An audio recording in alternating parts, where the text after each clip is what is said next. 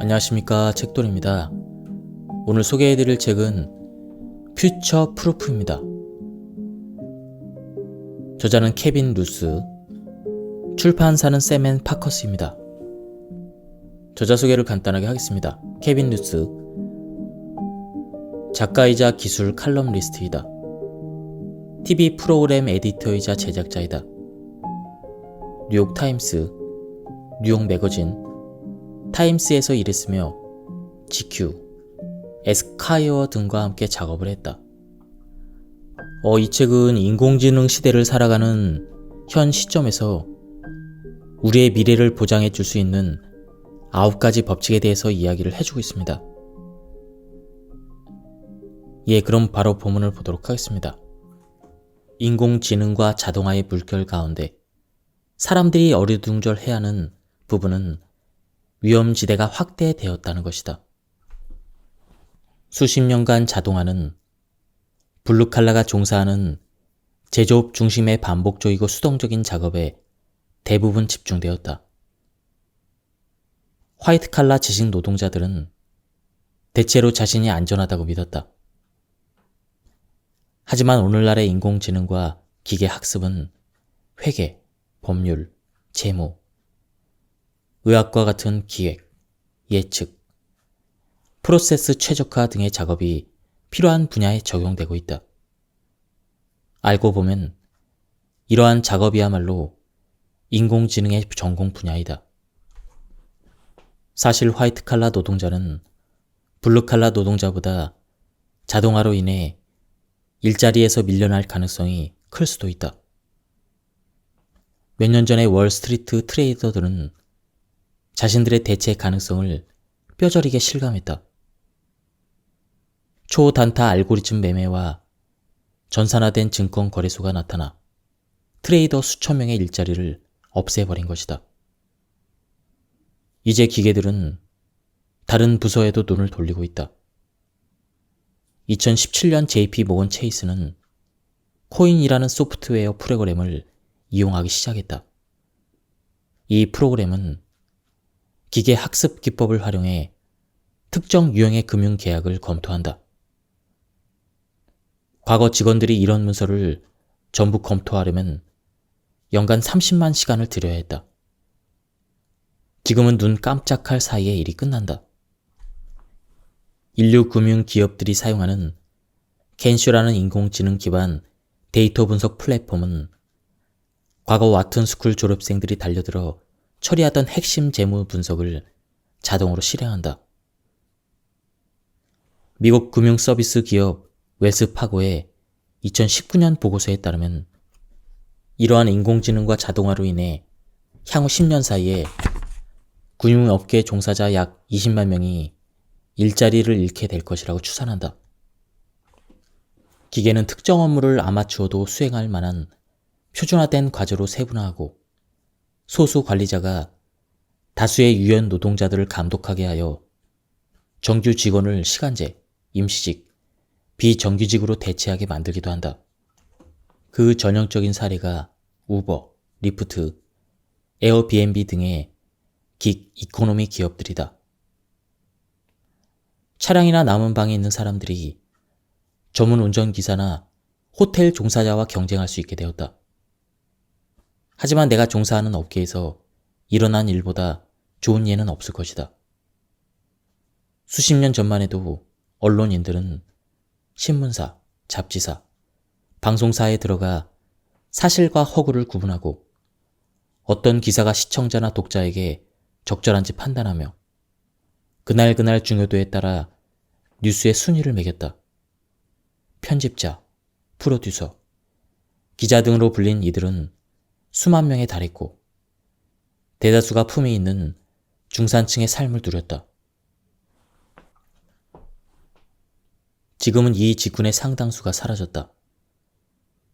대신 자동화 시대에 걸맞은 콘텐츠 모디레이터가 생겨났다. 과거 편집자와 프로듀서들처럼 콘텐츠 모더레이터는 페이스북, 유튜브, 트위터 등과 같은 플랫폼을 통해 대중에게 전달되는 정보가 적절한지 확인하는 작업을 한다. 플랫폼 기업들은 이들을 직접 채용하지 않고 파견 업체나 컨설팅 회사와 계약을 체결한다. 콘텐츠 모더레이터로서 최저임금 이상을 받기는 힘들다. 아마 지구상에서 가장 직접적으로 기계 관리를 받는 인간은 전업 유튜버들일 것이다.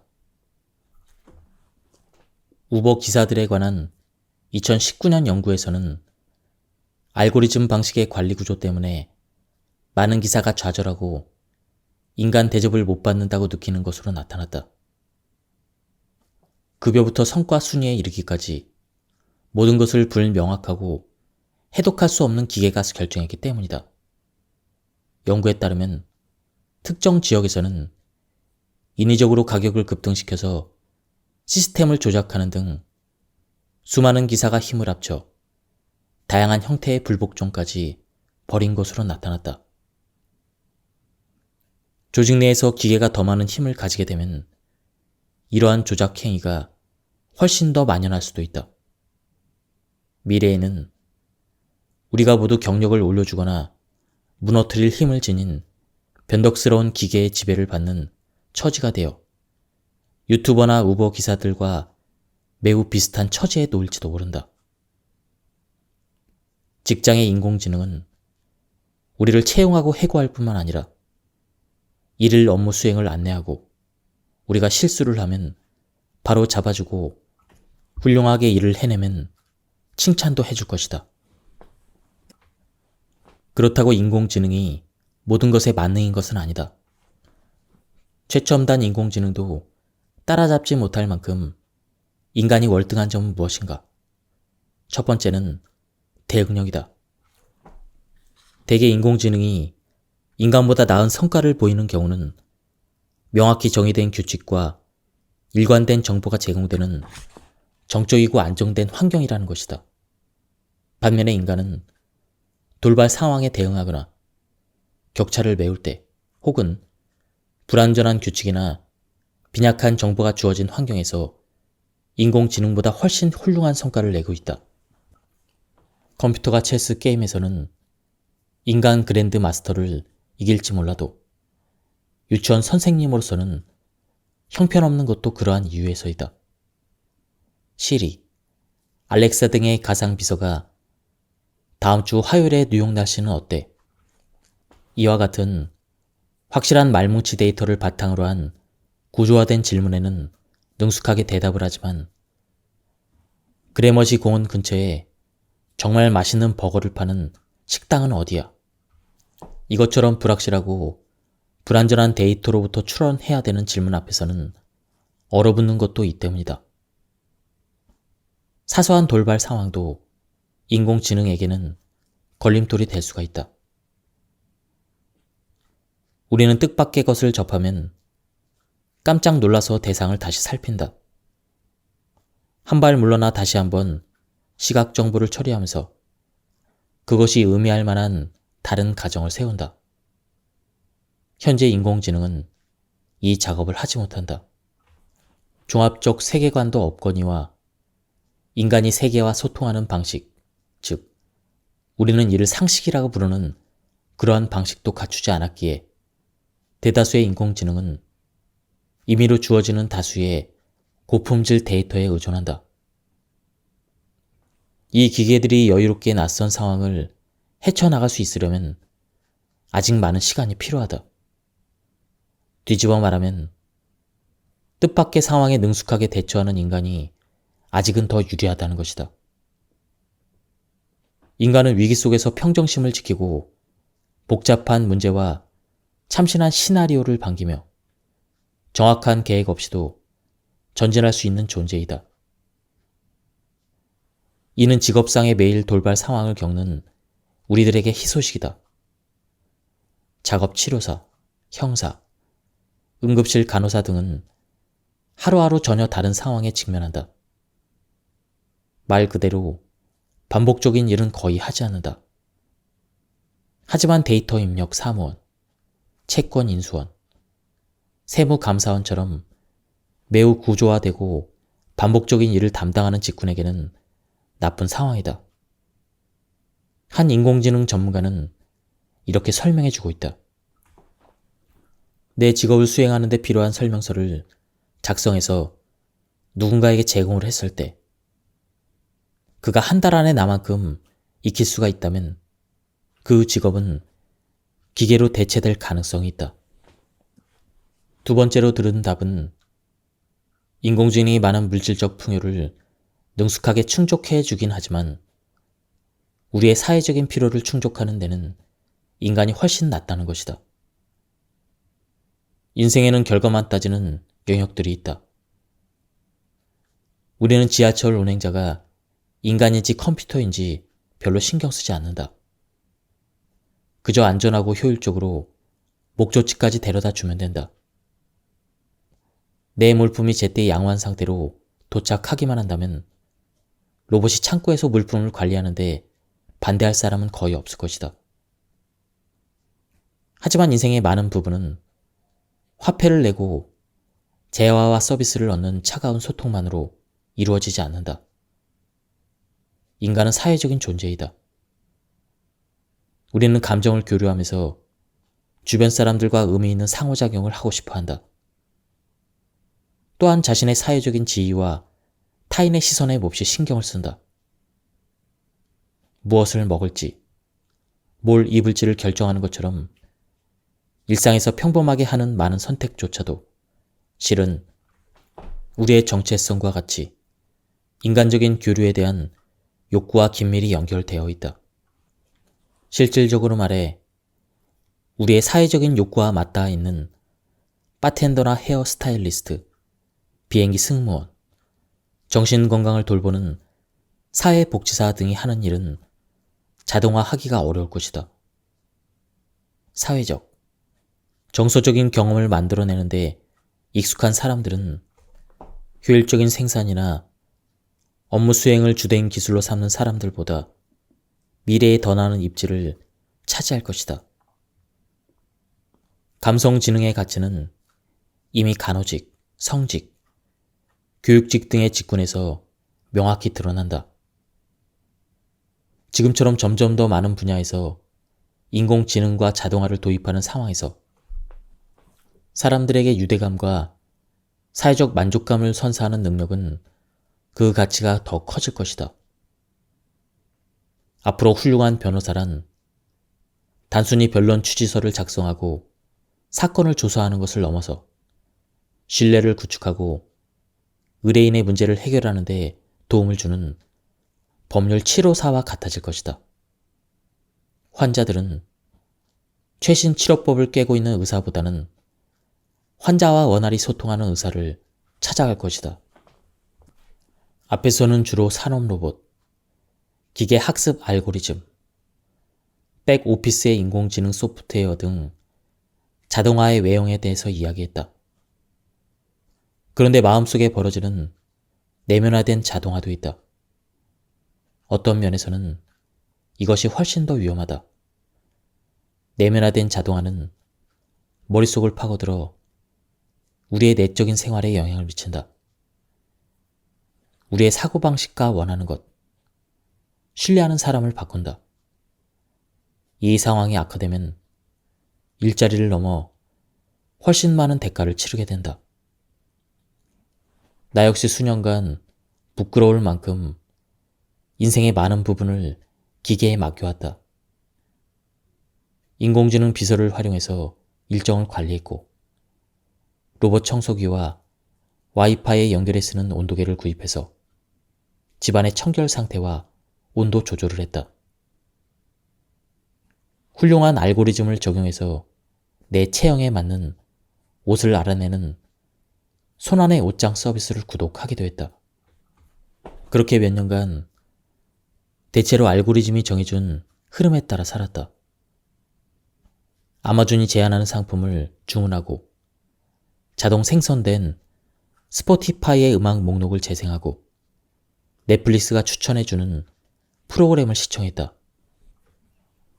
오랜 시간 생활 속의 자동화는 전혀 해로울 게 없어 보였다. 하지만 나는 어느 순간 일상의 결정을 기계에 맡긴다고 해서 더 행복해지거나 더 능률이 좋아지는 것은 아니라고 느끼기 시작했다. 오히려 나는 다른 사람이 되어가고 있었다. 전보다 피상적으로 변했고 고정된 일과와 사고 패턴에 갇혔다. 나의 일상생활은 로봇처럼 거의 모든 것이 예측 가능해졌다.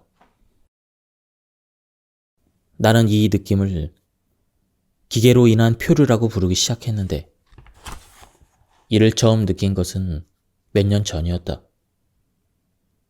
당시 한 디지털 뉴스 사이트에서 편집자로 일하며 내가 속한 부서에 월별 트래픽 목표를 책임져야 했다. 월말이 다가오는데 목표를 달성하지 못할 때면 페이스북이나 구글에서 대량의 트래픽을 끌어들일 만한 화제성 기사를 급히 만들어서 올리곤 했다. 나는 아주 노련했다. 참신하고 창의적인 일은 거의 없었다. 그저 알고리즘이 원하는 재료 한두 개를 채울 뿐이었고 나 자신도 일종의 알고리즘이 되어가고 있었다. 직장 밖에서도 기계로 인한 표류를 경험했다. 점점 더 날카로워졌고 정치적으로 편향된 느낌이 들었다. 날이 갈수록 내 견해는 트위터에서나 볼 법한 익살스러운 이야기에 그쳤고 열린 마음으로 반대 의견을 경청하기도 어려웠다. 이러한 감정을 기술 사용과 연관을 짓게 되자 그 다음부터는 내 생각을 한 번 더 돌아보게 되었다. 아마존에서 산 가죽 운동화를 내가 정말 좋아하는 것일까? 아니면 내 감각보다 알고리즘을 더 믿어버린 건 아닐까? 나는 정말 그 요리를 좋아하는 것일까? 아니면 직접 만든 요리 사진을 인스타그램에 올려 균형 잡힌 식사를 하는 건전한 성인으로 보이고 싶은 것일까? 이렇듯 나는 내가 믿고 선호하는 것 중에 순수하게 나에게서 나온 결과와 기계가 안내해준 결과가 얼마나 되는지 궁금해졌다. 오늘날 세계는 추천 엔진으로 돌아간다. 당신이 이 책을 읽는 순간에도 전 세계 수십억 명이 입을 옷과 여행 방법, 들을 음악, 데이트 상대 등을 정하는데 알고리즘으로 생성된 추천 프로그램을 사용한다. 우리가 속해 있는 정보 생태계는 모두 추천 엔진에 둘러싸여 있으며 이것이 페이스북, 트위터, 유튜브 등의 소셜미디어 플랫폼을 작동시킨다. 소셜미디어 플랫폼들은 알고리즘에 의지해서 어떤 의견을 들을지, 무엇이 중요한 이야기인지, 어디에 관심을 기울여야 할지 우리에게 알려준다. 우리의 정치, 문화, 대인관계는 이러한 시스템이 내놓는 각종 추천과 이를 역설계하는 방법과 밀접하게 연관이 된다. 현재 생활 곳곳에 스며든 알고리즘 추천 방식은 대체로 눈에 띄지 않는다. 하지만 얼마나 많은 일상의 결정을 기계에 맡기고 있는지 생각해 보면 종의 수준에서 역사적인 변화가 일어나고 있음을 금세 알아차릴 수가 있다. 과거 추천 시스템은 시간 절약을 목적으로 설계되었으나 오늘날의 많은 추천 시스템은 우리의 시간을 뺏어갈 목적으로 설계된다. 페이스북을 비롯해 인스타그램, 유튜브, 넷플릭스, 심지어 뉴욕 타임스까지도 추천 엔진을 통해 맞춤 피드를 제공함으로써 사용자를 최대한 오래 붙잡아둘 만한 콘텐츠를 보여준다. 알고리즘은 충격적일 만큼 놀라운 효과를 발휘한다. 전체 유튜브의 시청 시간의 70%가 추천 알고리즘에 따른 것이라고 한다. 기계로 인한 표류에 저항하는 첫 단계로 자신이 좋아하는 것들을 목록으로 만들어 보관하길 추천한다. 하루 동안 선택한 모든 것을 앞에 놓고 그중 진짜 내가 택한 선택과 기계의 지침이나 제안을 따른 선택은 무엇인지 판단해보자. 매달 같은 브랜드의 반려견 사료를 사는 이유가 아마존의 추천을 받아서인가? 아니면 반려견이 정말 그 사료를 좋아해서인가? 자신만을 생각했을 때 당신은 누구이며 당신에게 가장 큰 기쁨과 만족감을 주는 것은 무엇인가? 자신의 선호도, 가치, 우선순위를 가려냈다면 이제 그것들을 하나하나 적어보자. 당신의 진짜 좋아하는 취미와 활동은 무엇인가? 당신의 신념을 알게 될 사람이 아무도 없더라도 여전히 고수할 의향이 있는 정치적, 정신적인 신념은 무엇인가? 어떤 인간관계가 당신의 삶을 풍요롭게 만드는가? 이에 대한 답을 적어서 가까운 곳에 두어라. 벽에 붙여도 좋다. 바로 이 목록이 비슷하게나마 당신의 가장 중요한 자아를 보여주는 청사진이자 앞으로도 유용한 기준점이 될 것이다. 기계로 인한 표류에 저항하는 또 다른 방법은 휴먼 아워를 갖는 것이다. 나는 매일 같은 시간에 적어도 1시간은 모니터 앞을 벗어나 테니스, 요리, 반려견과 달리기 등 내가 정말 즐기는 활동을 한다. 최근까지도 휴대전화를 사용하는 내 방식이 딱히 잘못되었다고 느껴지지 않았다. 하지만 2년 전에 드디어 선을 넘고 말았다.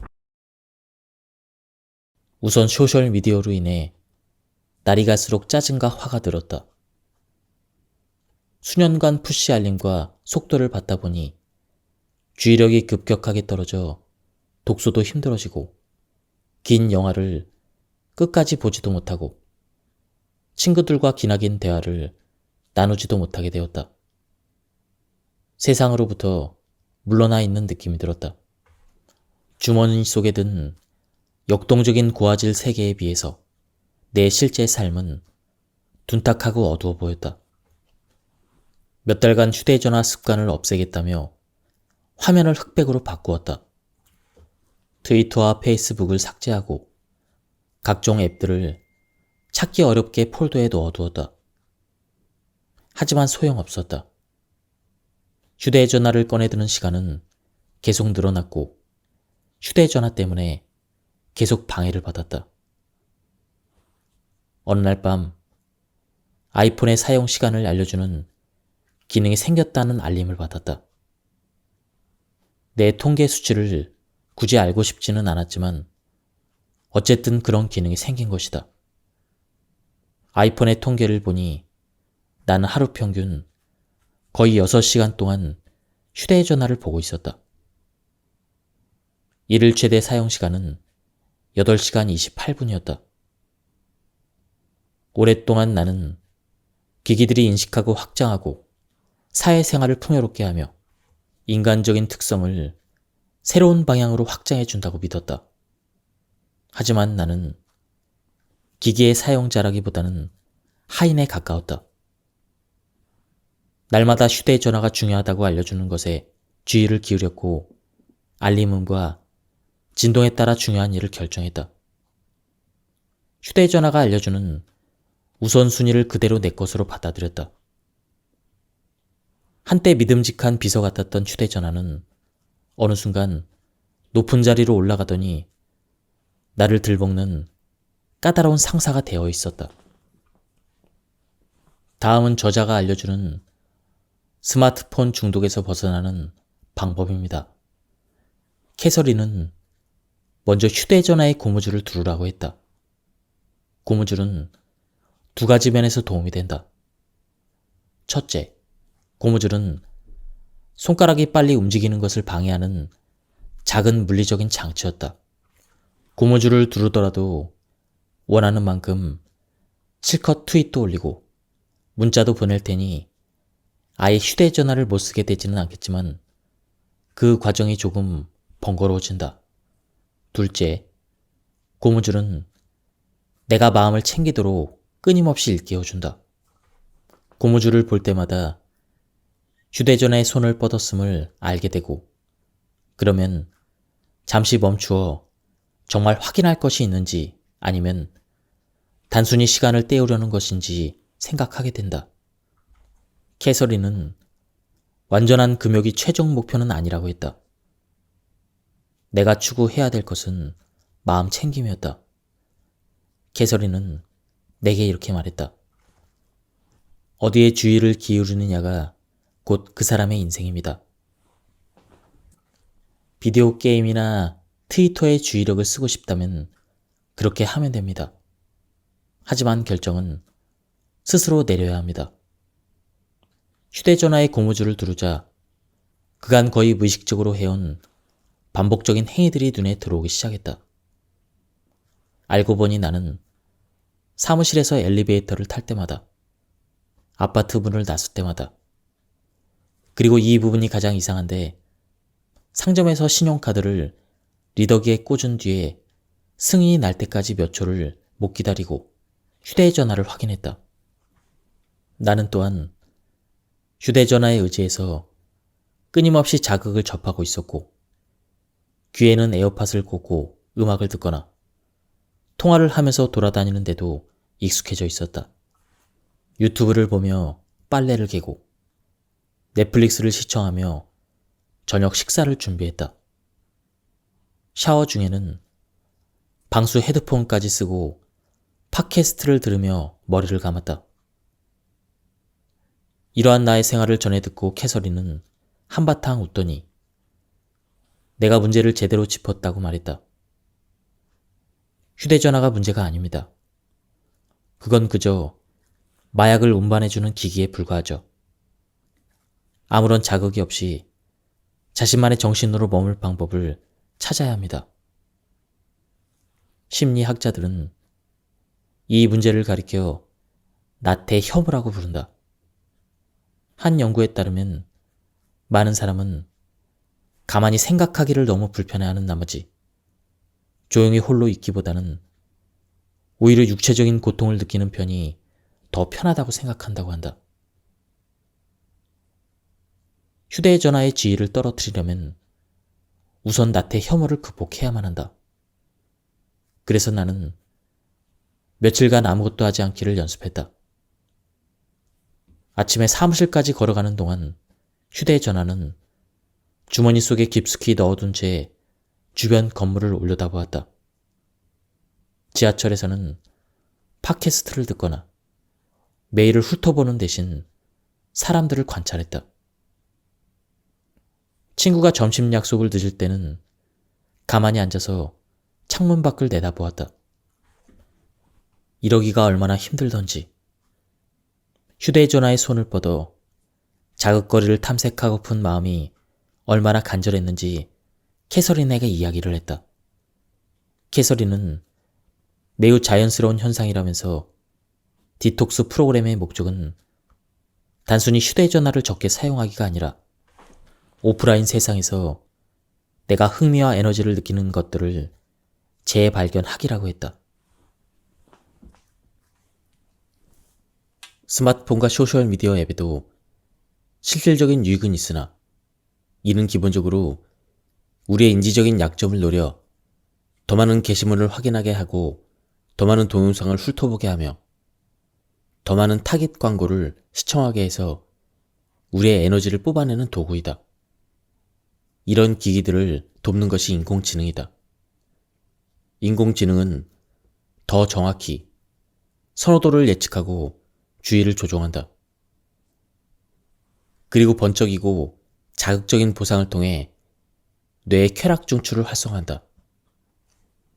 이렇게 우리는 끊임없이 자극에 젖어 있는 까닭에 지루함을 느끼고 정신을 딴 곳에 팔 여유가 없다. 갖가지 생각을 연결 지으며 상상 속에서 길을 잃을 기회를 놓치고 만다. 그런 경험들이야말로 인간 다음이네 말이다.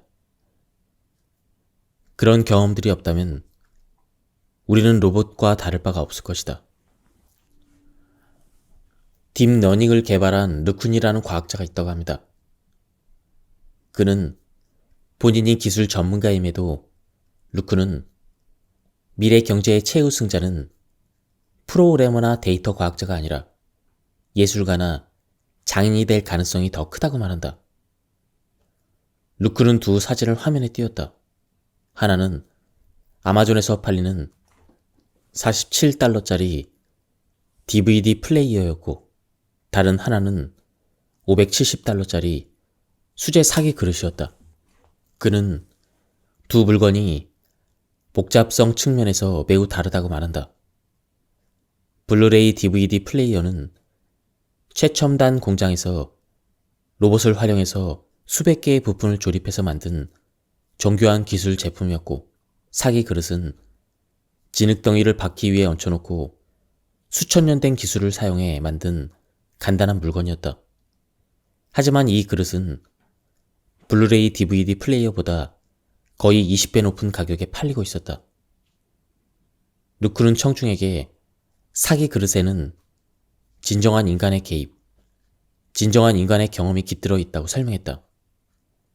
그는 미래에는 이러한 물건의 가치가 더 크게 인정을 받고 로봇이 설계한 물질적 상품 가치는 점점 떨어질 것이라고 예견했다. 왜일까? 주변을 한번 둘러보자. 평면 TV나 식기세척기, 온수욕조처럼 한때 지위의 상징이었으나 이제는 훨씬 저렴한 가격에 널리 사용되는 대량 생산 소비재가 우리의 경제를 가득 채우고 있다. 요즘은 소비하는 제품을 생산하는데 얼마나 적은 기술이 관여하느냐가 사치의 지표이다. 수제 가구, 맞춤옷, 주문 제작 작품 등은 인간의 노력이 많이 필요한 까닭에 높은 지위를 보여주는 구매품이 되었다. 저자는 일에서 인간다움을 발휘하는 것을 손자국을 남기는 것이라고 말하고 있습니다. 조심스럽게 말하건대 손자국 남기기는 단순히 자랑을 늘어놓거나 최대한 많은 일을 해서 인정받는 것이 아니다. 손자국 남기기는 얼마나 인간답게 일하느냐를 중시한다. 때로는 눈에 보이지 않는 노동을 눈에 띄게 만드는 간단한 일로 손자국을 남길 수가 있다. 디자이너들은 자신의 창작 과정을 고객에게 설명해서 스케치 하나하나에 얼마나 많은 노동과 전문성을 투여했는지 보여줄 수가 있다. 소프트웨어 엔지니어는 기술에 대해서 잘 모르는 임원들에게 쉬운 말로 설명하는 것을 연습할 수가 있다.